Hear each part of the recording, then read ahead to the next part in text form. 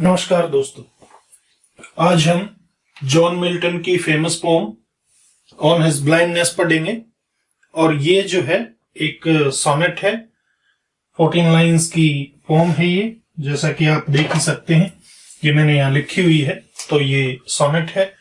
अब ये कौन सा सोनेट है? पेट्रार्कन या जिसे इटालियन कहते हैं वो है, या शेक्सपियरियन या इंग्लिश सोनेट जिसे कहते हैं वो है। वो एक बार हम देखते हैं।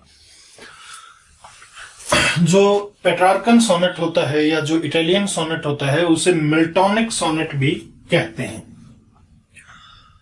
उसकी आइडेंटिफिकेशन क्या होती है कि उसकी जो राइम स्कीम होती है वो चलती है हमारी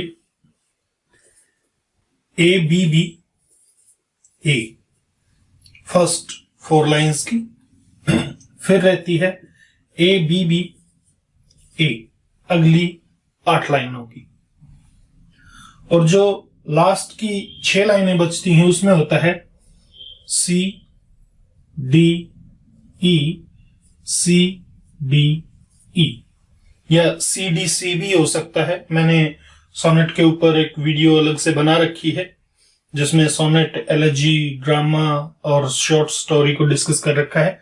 लिंक मैं नीचे डिस्क्रिप्शन में दे दूंगा, आप वहां से देख सकते हैं कि बाकी और कौन सी फॉर्म्स हो सकती हैं राइम स्कीम की जो लास्ट की 6 लाइनों की होती हैं, स्पेशली पेट्रार्कन सोनेट की।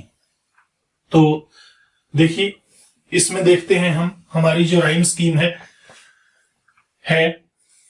ए spent, wide B, hide B, bent again A, present A, child wide B, denied B, prevent A, need C, best D, state E, और फिर आया आपका speed, speed need C, rest best D, wait state E।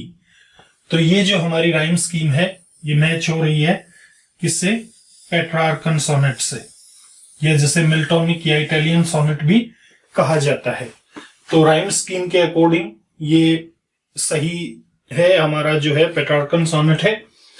अब देखते हैं कि sonnet की और क्वालिटीज क्या क्या होती हैं और वो इसमें हैं या नहीं है। सोनेट की अगली क्वालिटी होती है कि उसमें 8 लाइनों का एक स्टेंजा होता है आपके पास, जिसे ऑक्टेव कहते हैं, ऑक्टेव। और 6 लाइनें जो नीचे की होती हैं उन्हें हम सेस्टेट कहते हैं। तो इसमें ये जो फर्स्ट 8 लाइंस हैं ये ऑक्टेव की हैं, और ये जो लास्ट 6 लाइंस हैं ये सेस्टेट की हैं। अब ये ऑक्टेव और सेस्टेट में होता क्या है बेसिकली वो देखना होता है। तो ऑक्टेव के अंदर एक प्रॉब्लम, एक क्वेश्चन या कोई भी एक फिक्स, एक दुविधा वो हमारे सामने प्रेजेंट होगी, और सेस्टेट के अंदर हमें उस चीज का सॉल्यूशन मिलेगा। तो जब इस पोम को हम पढ़ेंगे तो हम देखेंगे कि जो फर्स्ट 8 लाइंस हैं उनमें कवि के मन में एक दुविधा चली हुई है, एक द्वंद्व चला हुआ है, एक तरह से वो दुविधा में है कि क्या करे क्या ना करे। वो गॉड से भी क्वेश्चनिंग करना चाहता है, करता नहीं है, करना चाहता है। और लास्ट की जो 6 लाइंस हैं उसके अंदर उसका जो पेशेंस है, उसकी जो इनर वॉइस है, वो उसे सॉल्यूशन दे देती है, वो उसे एक समाधान बता देती है। तो ये इस तरह से ऑक्टेव और सेस्टेट की जो बात है वो भी सही है। अब आप इसमें देख रहे होंगे कि मैंने कहीं कहीं पे ब्लू जो मार्कर है वो यूज किया है, वो एक स्पेशल पर्पस के लिए यूज किया गया है, वो मैं आपको बता देता हूं। सबसे पहले तो देखिए, यहां बीच में जो 8th और 9th लाइन है, 8th के यहां से यहां तक और 9th में यहां से यहां तक, ये जो चीज है इससे पहले पूरे ऑक्टेव के अंदर वो प्रॉब्लम को ही डिस्कस कर रहा है। नीचे वो सॉल्यूशन को ही डिस्कस कर रहा है, लेकिन यहां पर but patience to prevent that murmur soon replies, जो मर्मर जो द्वंद्व चला हुआ था उसको बट पेशेंस, लेकिन पेशेंस जो था टू प्रिवेंट दैट मर्मर, उस द्विधा को एक तरफ हटाने के लिए सून रिप्लाइज आंसर देता है। अब वो आंसर देता है एक सॉल्यूशन के रूप में, समझिए इस बात को। तो वो सॉल्यूशन तो यहां से स्टार्ट होता है आगे से। ये जो चीज है ये एक टर्न है, एक मोड़ आता है किसमें, प्रॉब्लम से, जो भी प्रॉब्लम थी उससे ये सॉल्यूशन की तरफ मुड़ता है। यहां पे, यहां इन लाइनों से पता लगता है। तो इसे जो है हम वोल्टा कहते हैं। वोल्टा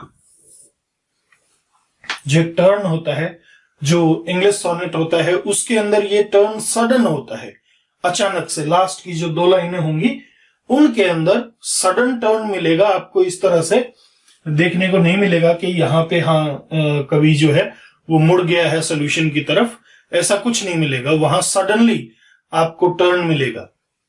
लेकिन यहां पर ये जो मुड़ने का प्रोसेस है इसे हम वोल्टा कहते हैं, और ये मोस्टली 8th लाइन में या 9th लाइन में आपको मिलेगा। मोस्टली तो ये 9th लाइन में आपको मिल जाता है। तो उस हिसाब से भी ये जो है हमारी पेट्रार्कन सोनेट है। अब सोनेट की एक क्वालिटी और बचती है, वो भी डिस्कस कर लेते हैं। सोनेट लिखा जाता है आयम्बिक पेंटामीटर में। Iambic pentameter. अब ये मीटर या आयम्बिक पेंटामीटर क्या होता है? मीटर एक लेंथ होती है लय को मापने की। कविता में, लिटरेचर में मीटर एक लय को मापने की लेंथ मान के आप चलिए। यानी ये एक तरह से स्ट्रेस्ड और अनस्ट्रेस्ड की बात होती है। पेंटामीटर, आयम्बिक पेंटामीटर, इसमें 10 जो है हमारे पास सिलेबल होंगे। सिलेबल, आप अगर हर लाइन के वर्ड्स को देखेंगे तो आपको सिलेबल की जो संख्या है वो 10 मिलेगी इस पूरी पोम में। और ये जो सिलेबल होंगे ये किस तरह लिखे जाएंगे? आयम्बिक पेंटामीटर के बारे में मुझसे एक बार कमेंट में पूछा गया था, तो मैंने वहां पर कमेंट में ही आंसर दिया था, लेकिन आज यहां क्लियर कर लेते हैं। तो आयम्बिक पेंटामीटर चलता है जैसे एक होगा अनस्ट्रेस्ड, दूसरा होगा स्ट्रेस्ड, फिर अनस्ट्रेस्ड स्ट्रेस्ड, अनस्ट्रेस्ड स्ट्रेस्ड। तो इस तरह से करके हमारे पास 5 जो है वो जोड़े बन जाएंगे। 5 जोड़े बन जाएंगे तो 5 हमारे पास अनस्ट्रेस्ड हो गए और 5 हमारे पास स्ट्रेस्ड सिलेबल हो गए। तो हमारे पास टोटल हुए 10 सिलेबल। जब हम इस पोम को देखते हैं, इस सोनेट को जब हम देखते हैं, तो यहां पर ये जो ब्लैक से लिखा है ये अनस्ट्रेस्ड है, ये स्ट्रेस्ड है। फिर कंसीडर में आए 3 सिलेबल, पहला अनस्ट्रेस्ड, फिर स्ट्रेस्ड, अनस्ट्रेस्ड। तो ये मैं अंडरलाइन कर रहा हूं स्ट्रेस्ड को 1, 2, 3, 4 और 5। और ये जो बीच के बचे, ये बचे हमारे पास, जिनके मैं ऊपर निशान लगा रहा हूं, ये लीजिए 1, 2, 3, 4 एंड 5। इसी तरह से अगली लाइन में 1, 2, 3, 4 एंड 5, ये अनस्ट्रेस्ड है। और ये 1, 2, 3, 4 एंड 5, ये स्ट्रेस्ड है। तो इस तरह से हमारा जो है वो आयम्बिक पेंटामीटर इसको बोलते हैं हम, जिसमें हमारे पास 10 सिलेबल होते हैं। आयम्बिक पेंटामीटर, ध्यान रखिए, आयम्बिक पेंटामीटर में 10 सिलेबल होंगे, और जो 10 सिलेबल होंगे उनमें से एक अनस्ट्रेस्ड, फर्स्ट जो होगा अनस्ट्रेस्ड होगा, फिर स्ट्रेस्ड होगा, फिर अनस्ट्रेस्ड, फिर स्ट्रेस्ड, फिर अनस्ट्रेस्ड स्ट्रेस्ड, फिर अनस्ट्रेस्ड स्ट्रेस्ड, और फिर एक और होगा अनस्ट्रेस्ड और स्ट्रेस्ड, यानी 5 जोड़े हमारे पास बन जाएंगे, 1 2 3 4 और 5। तो इसी तरह से ये चीज भी जो है उस चीज को पूरी तरह से फॉलो कर रही है। अब बात करते हैं इसके टाइटल के बारे में।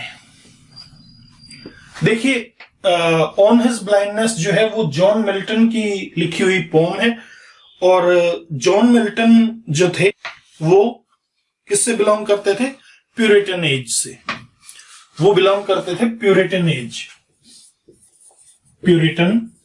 एज से।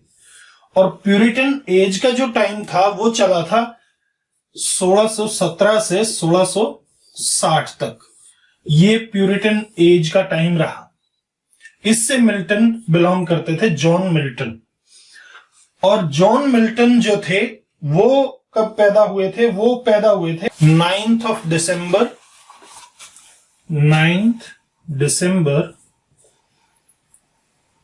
1608, एंड इनकी डेथ हुई थी 8 नवंबर 1674। तो ये जो था जॉन मिल्टन का लाइफ स्पैन था। अब जॉन मिल्टन के साथ हुआ क्या था कि उनकी आई साइट स्टार्टिंग से ही वीक थी, और एट द एज ऑफ 44 साल की एज में, यानी 1652 में, फेब 1652 में ये कंप्लीटली ब्लाइंड हो गए थे, पूरी तरह से अंधे हो गए थे जॉन मिल्टन। ये जो कविता है ऑन हिज ब्लाइंडनेस, ये उन्होंने अंधे होने के बाद लिखी थी, जब वो पूरी तरह अंधे हो गए और वो अपनी डॉटर्स पे डिपेंड करते थे पढ़ने या लिखने के लिए। तो उन्होंने ये डिक्टेट की थी पोम अपनी डॉटर्स को, और उन्होंने इसको लिखा था। ये लिखी गई थी कोई जून से अक्टूबर 1655 के बीच में कहीं, यानी वो जून से अक्टूबर महीने के बीच में उन्होंने ये कभी लिखी थी 1655 में।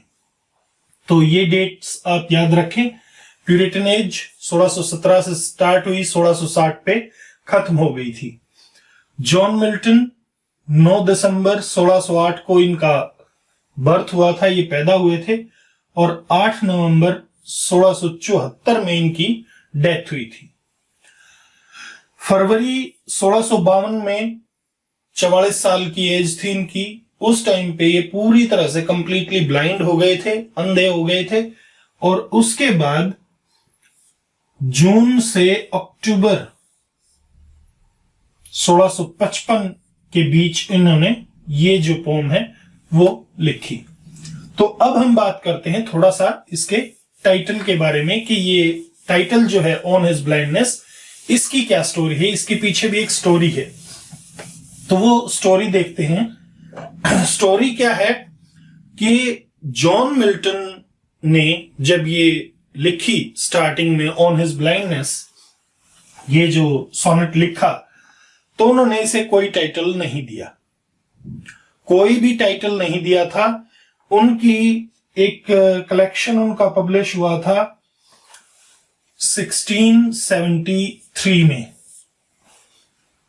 एक कलेक्शन पब्लिश हुआ उनका पोम्स का, और उस कलेक्शन के अंदर उनकी ये जो सोनेट थी, इसका था सोनेट नंबर 19। ये जस्ट ये करके ये सोनेट पब्लिश हुई थी, इसका कोई भी नाम नहीं था। तो कई बार जब सोनेट्स को या पोम्स को नाम नहीं दिया जाता, तो लोग क्या करते हैं, जो फर्स्ट लाइन होती है ये वाली, इसी लाइन को उसका हेडिंग मान लेते हैं। When I consider how my life is spent, तो ये भी इसका एक टाइटल माना जा सकता है। एग्जाम के पॉइंट ऑफ व्यू से ध्यान रखिए इस चीज को, कि क्या ये टाइटल इसका माना जा सकता है? हाँ, माना जा सकता है। रीजन, जब मिल्टन ने इसको पब्लिश करवाया तो इसने इसका कोई टाइटल नहीं दिया, सिर्फ ये टाइटल था, इसके अंडर ये सोनेट पब्लिश हुई थी। उसके बाद लगभग 100 सालों के बाद क्या हुआ, एक बिशप थे न्यूटन नाम के। बिशप नाम क्या था? न्यूटन। वो एक राइटर भी थे और एक क्लर्जीमैन भी थे, यानी चर्च में पादरी भी थे और वो लिखते भी थे। तो उन्होंने लगभग 100 साल के बाद, यानी लगभग आप मान के चलें 1773 के आसपास, लगभग 100 साल बीत गए, ये इसी तरह चलती रही अंडर दिस टाइटल। तो फिर बिशप न्यूटन ने, इन्होंने इसको टाइटल दिया ऑन हिज ब्लाइंडनेस।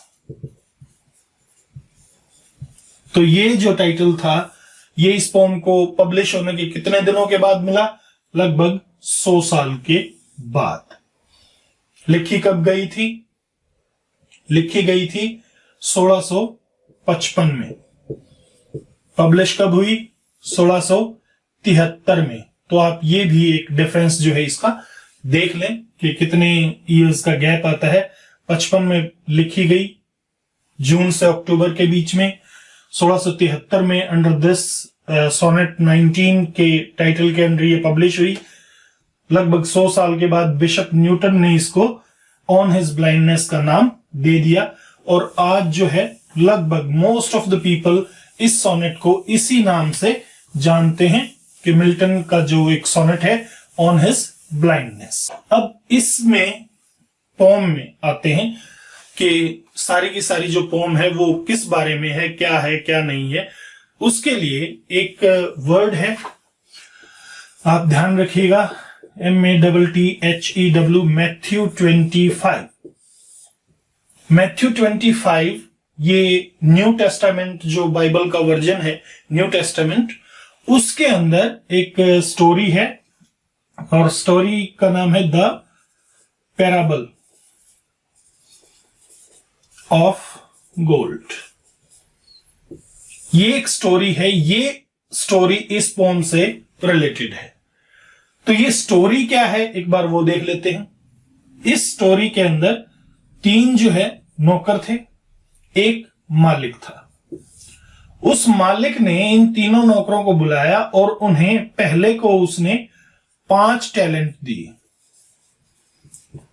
दूसरे को उन्होंने 2 टैलेंट दी, और तीसरे को उन्होंने 1 टैलेंट दिया, और कहा कि भाई मैं जो है बाहर जा रहा हूं, आप इनको रखिए। अब ये जो टैलेंट है, ये होता क्या था, कैसे होता था, ये मैं आपको एक बार बता देता हूं। इसका बड़ा ही इंटरेस्टिंग वो है, यूनिट्स जो है वो मुझे ज्यादा ध्यान नहीं रहती, लेकिन फिर भी आपको टैलेंट क्लियर कर देता हूं। एक टैलेंट जो होता है वो होता है 60 मीनाज के बराबर। मीना, 60 मीना, या आप इसे मायना कह सकते हैं। और एक जो मायना होता है या मीना होता है, उसके अंदर होते हैं 1.5 पाउंड्स। ये वेट होता है, वेट की एक मेजरमेंट है ये। तो 60 मीनाज में कितने हुए? 75 पाउंड्स। और 75 पाउंड्स का वेट बनता है लगभग 34 केजी और 194 ग्राम, ये इसका वेट बनता है। तो इतना जो है सोना एक टैलेंट में होता है। एक टैलेंट में, एक को 2, एक को 5, यानी इतना इतना सोना उन्होंने दिया। तो ये जो स्टोरी है, ये टैलेंट वाली, उसने उनको एक को 2 और एक को 5 टैलेंट दिए, और वो चला गया। जाने के बाद क्या हुआ, वो काफी समय तक लौट के नहीं आया। तो जो सर्वेंट्स थे उन्होंने क्या किया, जिसको 5 दिए थे, 5 वाले ने वो बिजनेस में लगाए और उनको 10 बना लिया। 2 वाले ने बिजनेस में लगाए और उनको 4 बना लिया। एक वाले ने उनको बिजनेस में नहीं लगाया और उसने क्या किया, उसे भय था कि कहीं ये टैलेंट अगर मुझसे गुम हो गया, जैसे इन्होंने तो 5 थे 2 थे तो रिस्क उठाया और डबल कर लिया। इसने कोई रिस्क नहीं उठाया, इसने उसको जमीन के अंदर दबा दिया। और जब मालिक आए तो पहले से पूछा, हाँ भाई क्या है? उसने कहा जी आपने मुझे 5 टैलेंट दिए थे, मैंने उनको बिजनेस में लगाया और उनको डबल कर लिया। दूसरे से पूछा, हाँ भाई आपने क्या किया? उसने कहा मैंने भी बिजनेस में लगाया और उनको डबल कर लिया। तो इन दोनों से मालिक बड़े खुश हुए। उन्होंने कहा कि भाई आप दोनों जो है मेरे टेस्ट पे सही उतरे हो और मैं आपको और अच्छा काम जो है आगे दूंगा। तीसरे से पूछा, हाँ भैया आपने क्या किया? इसने कहा कि मुझे भय था कि कहीं आप जब आओगे और ये टैलेंट अगर मुझसे गुम हो गया, यानी ये सोना अगर मुझसे गुम हो गया तो आप डांटोगे, इसलिए मैंने उसे जमीन में दबा दिया और ये वो जो टैलेंट है मेरा डबल नहीं हुआ, मेरा तो एज इट इज है, ये लीजिए। तो मालिक ने उसे बड़ा डांटा कि तुम तो जो है अंधकार में जाओगे, तुम किसी काम के नहीं हो, ये है वो है, बहुत सारी बातें कही। तो ये जो टैलेंट वाली स्टोरी है, यहां एक वर्ड आप देख रहे होंगे, इसमें टैलेंट जो है वो वर्ड यूज किया गया है। तो ये वहां से भी आप इसको रिलेट कर सकते हो, लेकिन यहां पर तो मीनिंग था कि यूज करना ही करना है, यहां वो मीनिंग नहीं निकल रहा है। इस स्टोरी से रिलेटेड करते हुए मिल्टन के माइंड में भय है कि मैं टैलेंट को यूज नहीं कर पा रहा हूं क्योंकि मैं अंधा हो गया हूं। भगवान ने मुझे एक टैलेंट दिया है राइटिंग का, कविताएं लिखने का, लेकिन मैं उस टैलेंट को यूज नहीं कर पा रहा हूं तो भगवान मेरे ऊपर गुस्सा होंगे। लेकिन फिर उसकी जो इनर वॉइस है वो आंसर देती है, और ये जो आंसर है ये चैलेंज करता है इस स्टोरी को। अब इस चीज का ध्यान रखिए कि ये रिलेटेड भी है और उसे चैलेंज भी कर रही है। जो न्यू टेस्टामेंट की स्टोरी है मैथ्यू 25 की पैराबल ऑफ गोल्ड, इस स्टोरी को ये रिलेट भी कर रहा है और साइड बाय साइड इसे चैलेंज भी कर रहा है। तो चलिए देखते हैं कि किस तरह से रिलेट कर रहा है और किस तरह से इसको चैलेंज कर रहा है। आइए आते हैं कविता के ऊपर, पोम को पढ़ते हैं। When I consider how my life is spent, when I consider how my life नहीं, ये light है, how my light is spent। यह light किसका प्रतीक है? विजन का। लाइट जो है वो विजन का प्रतीक है। तो जब प्रतीकात्मक रूप यूज होता है तो कौन सा हमारा फिगर्स ऑफ स्पीच होता है? मेटाफर। मेटाफर। तो यहां इस लाइन में क्या है? मेटाफर है। क्यों? क्योंकि लाइट जो है वो किसका प्रतीक है? विजन का। व्हेन आई कंसीडर, जब मैं सोचता हूं, how my light is spent, कि मेरी जो आंखों की रोशनी है वो किस तरह से खर्च हो गई। Air, air means before, before half my days, before half my days, मेरे आधे जीवन से पहले ही। बिफोर हाफ माई डेज मतलब जो मेरे जीवन के दिन हैं वो आधे भी नहीं बीते।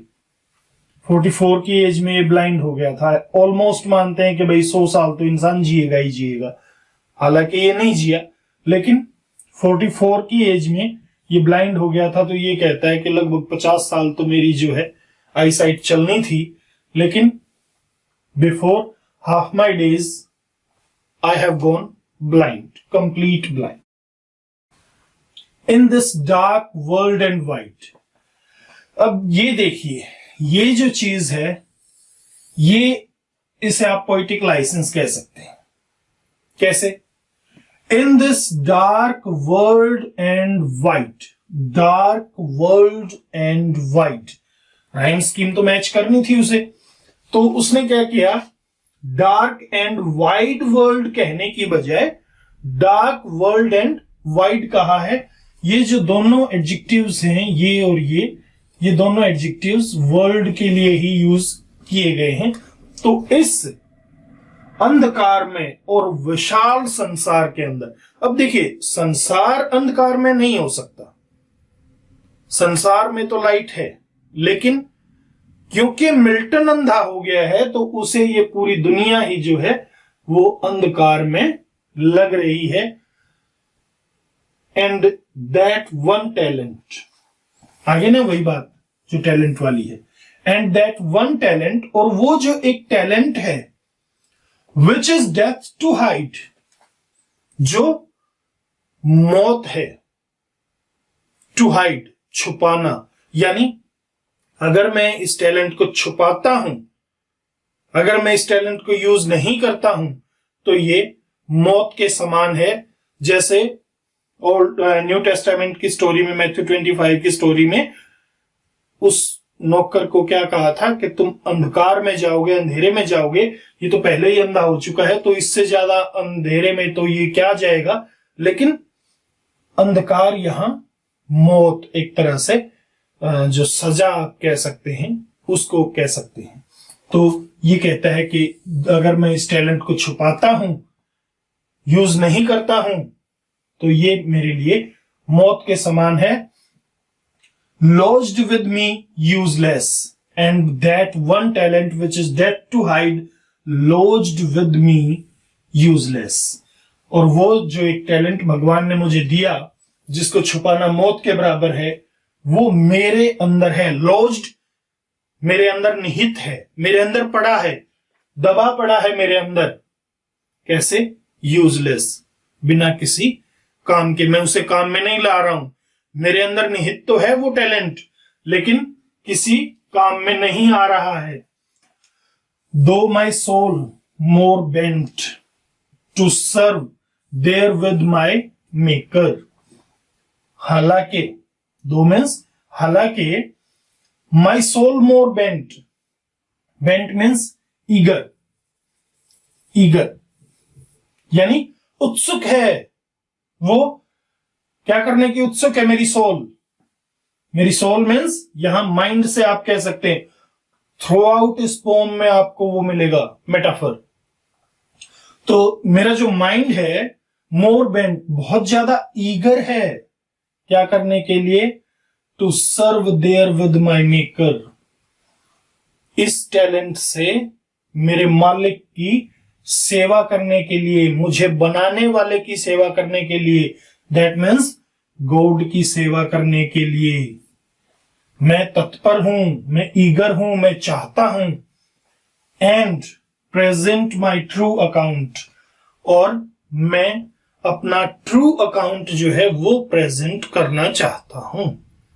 And present my true account, true account कैसे प्रेजेंट करना चाहता हूं? कि आपने जो मुझे टैलेंट दिया, मैंने उसका यूज किया, मैंने उसका यूज किया। अब ये देखिए, मान लीजिए ये माना जाता है कि दो कारपेंटर आप मान के चलो, दो कोई भी इंसान मान के चलो, इनको टैलेंट है कुछ क्रिएटिविटी करने का। एक इंसान करता है एक दिन में 5 चीजें क्रिएट, और एक इंसान कर पाता है एक दिन में 3 चीजें क्रिएट। तो दोनों ही भगवान की सेवा कर रहे हैं, वो दोनों अपने टैलेंट को यूज में तो ला रहे हैं। लेकिन ये जो पोम है ये क्या कहती है कि अगर मान लो उनका जो टैलेंट है, मान लो हाथों से बनाने का काम है, और हाथ ही कट जाए और वो कुछ भी ना बना पाए, तो भी वो भगवान की सेवा कर रहे हैं, अगर वो उस चीज की कंप्लेन नहीं करते तो। वो आगे देखते हैं हम कैसे। And present my true account, lest he returning child, lest he means he यहां भगवान के लिए यूज हुआ है, एच कैपिटल आएगा। लेस्ट ही रिटर्निंग चाइल्ड, कि कहीं ऐसा ना हो कि जब मैं लौटूं उनके पास तो वो मुझे गुस्सा करे, डांटे। Child means rebuke, REBUK। Doth God exact day labour light denied. अब इस लाइन को ध्यान से देखिए, इसमें क्या है, इन्वर्टेड कोमा से स्टार्ट की है, लास्ट में मार्क ऑफ इंटेरोगेशन है। तो ये जो पूरा का पूरा सेंटेंस है, ये क्वेश्चन है इसका मिल्टन का। ये क्वेश्चन मिल्टन के मन में उठता है। ध्यान रखिए, ये क्वेश्चन उसने किसी को कहा नहीं है, किसी को नहीं कहा है, बस मन में ये क्वेश्चन उठता है कि doth means does, God exact demands, कि क्या भगवान मांग करता है इसकी डे लेबर की। डे लेबर यानी दिन में होने वाली मेहनत, लाइट में होने वाली मेहनत। लाइट डिनाइड, जबकि मेरे पास तो लाइट है ही नहीं, अंधा हो गया तो उसके लिए तो हर समय रात ही रात है। तो वो कहता है कि जब मैं अंधा हो गया हूं तो क्या उसके बाद भी भगवान मुझसे उम्मीद करेंगे कि मैं मेहनत करूं, मैं उस टैलेंट को यूज करूं, जबकि उन्होंने मुझे अंधा कर दिया है। ये क्वेश्चन उसके मन में उठता है और वो ये क्वेश्चन पूछना चाहता है भगवान से। लेकिन उससे पहले ही क्या होता है, आई फॉन्डली आस्क, मैंने बेवकूफी भरा ये प्रश्न पूछा। किससे? अपने आप से, अंदर ही अंदर पूछ रहा है वो, किसी और से नहीं पूछा। बट पेशेंस, लेकिन जो पेशेंस था, मेरे अंदर की जो आवाज थी, टू प्रिवेंट दैट मर्मर, ये जो सारा द्वंद चला हुआ था, ये अंदर ही अंदर जो मैं बड़बड़ा रहा था, उस बड़बड़ाहट को रोकने के लिए सून रिप्लाइज, जल्दी ही मुझे आंसर देता है। क्या आंसर देता है?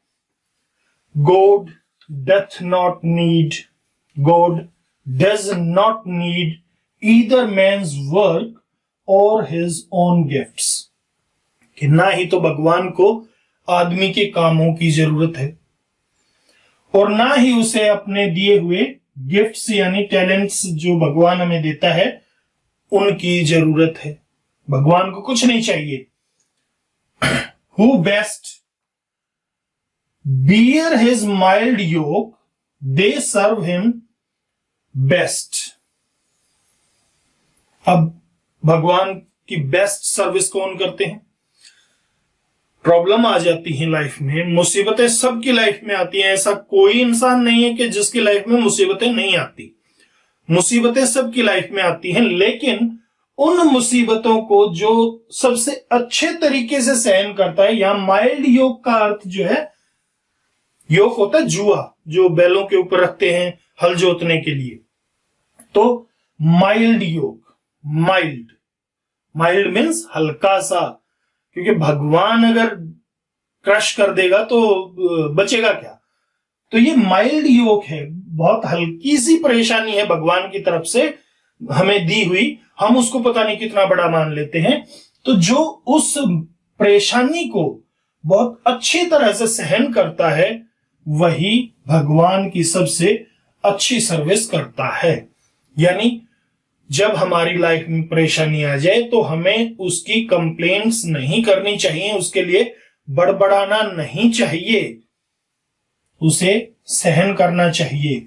हिज स्टेट इज किंगली, जो स्टोरी थी मैथ्यू 25 की, उसमें वो था लॉर्ड, मालिक। एक मालिक था, नौकर थे, 3 नौकर थे उसके, लेकिन भगवान की स्टेट तो किंगली है। वो तो राजा जितनी बड़ी है, राजाओं की जो स्टेट है उतनी बड़ी वो स्टेट है। Thousands at his binding speed, thousands at his bidding speed, sorry not binding speed, bidding speed. Bidding means इशारा, हजारों, उसके इशारे की स्पीड पे। And post over land and ocean without rest, वो क्या करते हैं?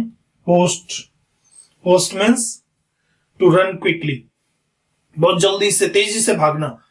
भगवान के इशारे पे, भगवान के इशारे पे ही वो तैयार रहते हैं, भागते हैं। कहां? Over land and ocean without rest, बिना कोई रेस्ट किए जमीन के ऊपर, ओशन के ऊपर, यानी हर जगह उसके जो 1000 सर्वेंट्स हैं वो तैयार रहते हैं। सिर्फ भगवान का इशारा मिलने की देर है, वो बिना रेस्ट किए जमीन और सागर और हर जगह भागने को तैयार रहते हैं उसके इशारे पे। लेकिन ये कहता है कि सिर्फ यही सर्व नहीं करते, दे ऑल्सो सर्व, वो भी सर्व करते हैं। हु ओनली स्टैंड, जो केवल खड़े रहते हैं, एंड वेट, और इंतजार करते हैं अपनी बारी का, कि कब हमारी बारी आएगी और भगवान हमसे कुछ करने के लिए कहेंगे। तो जो बिना किसी कंप्लेन के सिर्फ खड़े रहते हैं और अपनी बारी का वेट करते हैं, वो लोग भी भगवान की सेवा करते हैं। तो बेस्ट सेवक कौन है?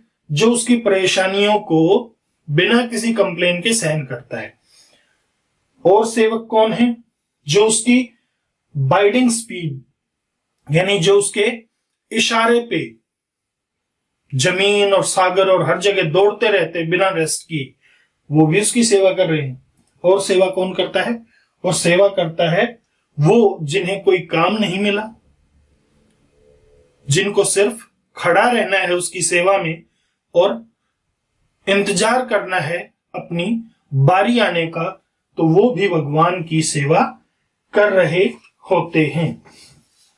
तो ये जो है पोम थी। अब इसके अंदर ये जो लास्ट लाइन है, इस लास्ट लाइन में देखिए कौन सा फिगर ऑफ स्पीच यूज हुआ है। इसमें फिगर ऑफ स्पीच यूज हुआ है पैराडॉक्स। कौन सा फिगर ऑफ स्पीच यूज हुआ? पैराडॉक्स। अब ये पैराडॉक्स क्या होता है?